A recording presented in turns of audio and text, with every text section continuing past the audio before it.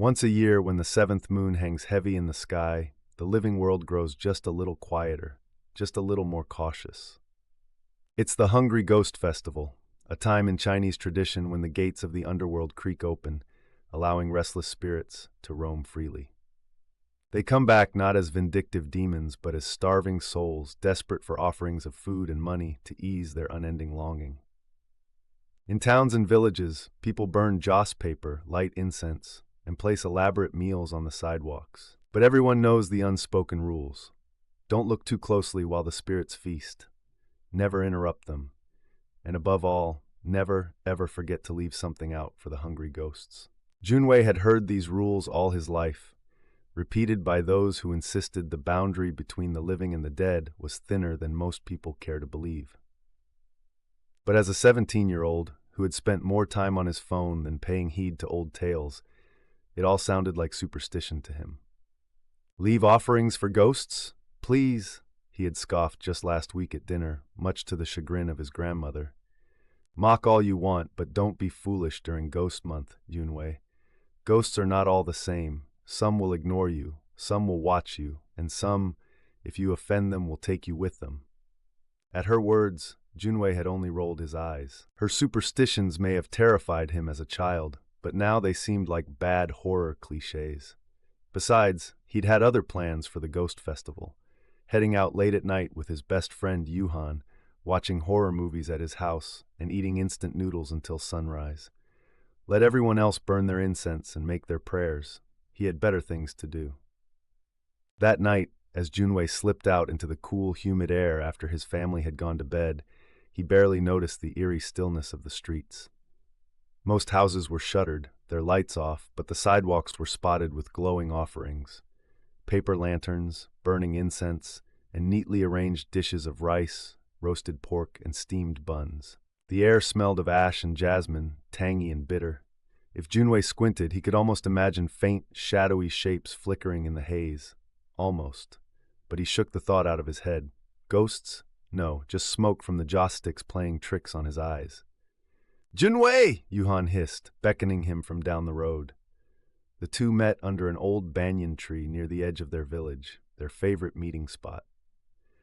Yuhan had a wide grin on his face and a plastic bag filled with snacks in hand. Tonight was their night of rebellion, a light-hearted escape from the somber atmosphere of Ghost Month. They planned to head further out to the fields, away from strict curfew rules, and find some quiet place to laugh without judgment. "Let's go," Junwei said, pulling his hoodie tighter around him. The streets felt colder than usual, but he didn't dwell on it. The boys made their way through the narrow dirt paths that curled around the village. The sky above them was an inky black, the moon a pale sliver. Along the way, they passed more offerings glowing faintly in the dark, tiny shrines set up by villagers. Yuhan handed Junwei a pack of chips, and the sound of plastic crinkling echoed too loudly in the silence. It made Junwei feel strangely exposed, as though unseen eyes were watching. He glanced behind them but saw nothing. His grandmother's warning whispered at the back of his mind. By the time they reached the outskirts, the air had grown colder, damp with the smell of wet soil.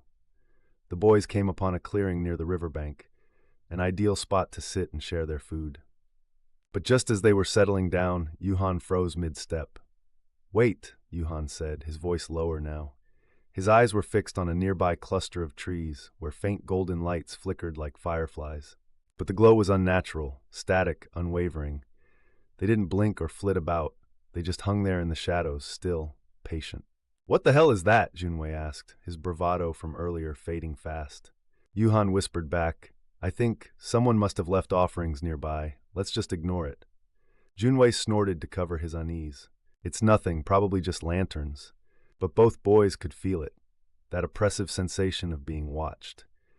They quickly unrolled their snacks, piling noodle cups and candy bars in the grass like a make-do picnic. The air around them was heavy, as though it carried something unseen, something waiting. And then, out of the corner of Junwei's eye, he saw movement.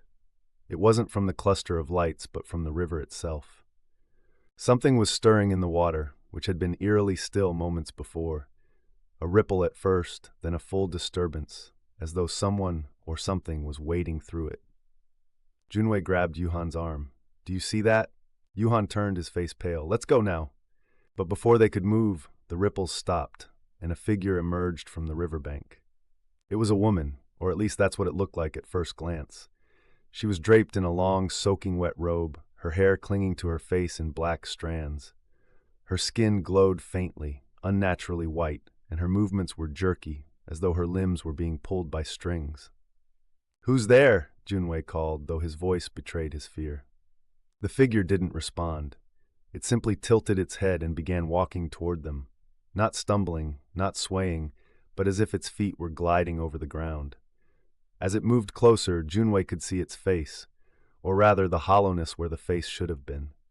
There were no features, just an empty, black void. "Run!" Yuhan shouted, grabbing Junwei and bolting back toward the village. The boys sprinted, the air around them thick with the sound of wet footsteps.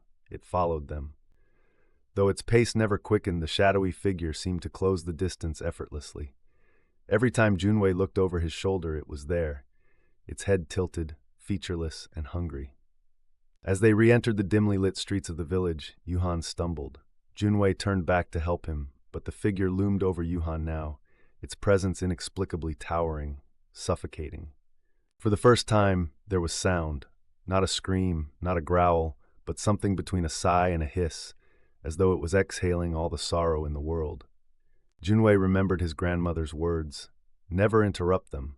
In the corner of his eye, he spotted an unattended offering, food abandoned on someone's doorstep. He bolted toward it, grabbed a handful of the rice, and threw it at the figure. It stopped, just for a moment. Then, like smoke spiraling in reverse, the apparition dissolved into the air, sinking back into the cracks between the living and the dead. Yuhan and Junwei sat panting in the middle of the street, their hearts pounding as silence returned.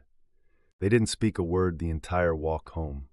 The next morning, Junwei's grandmother was waiting for him, her face pale, her voice trembling. She asked, "Did you meet them?" Junwei couldn't lie, not now. That night, for the first time in his life, he lit incense, burned joss paper, and placed an offering by his doorstep. He didn't dare look at what might come to take it. He didn't want to know.